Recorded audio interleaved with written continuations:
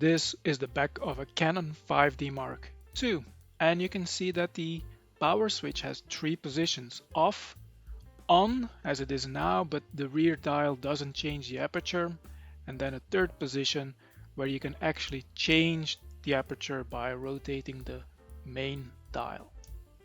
You can actually do the same thing on a Nikon camera, and in fact you can not just lock the aperture but also the shutter speed.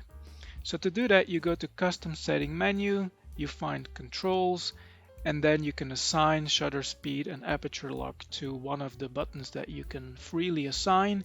On my D800E, I chose to actually assign it to the movie record button, which is what you can see here. That's F13.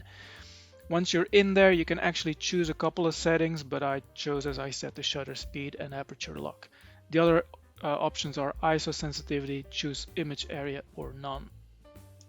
So once you have made that assignment, you can now press that little red button on the front of your camera, and you can rotate either the rear dial, which is the main dial I think Nikon calls it, and you can see that the L icon is toggling on and off, which means that the shutter speed is locked and unlocked.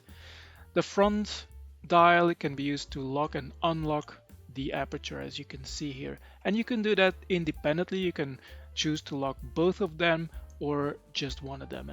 As far as I know, this works on the D800, the D800E, the D810, the D850, and then a couple of Z models like the Z9 and the Z8, and perhaps also the Z6 Mark III. So please consult your manual to see if your camera can do it. Thank you for watching, and see you the next time. Bye bye.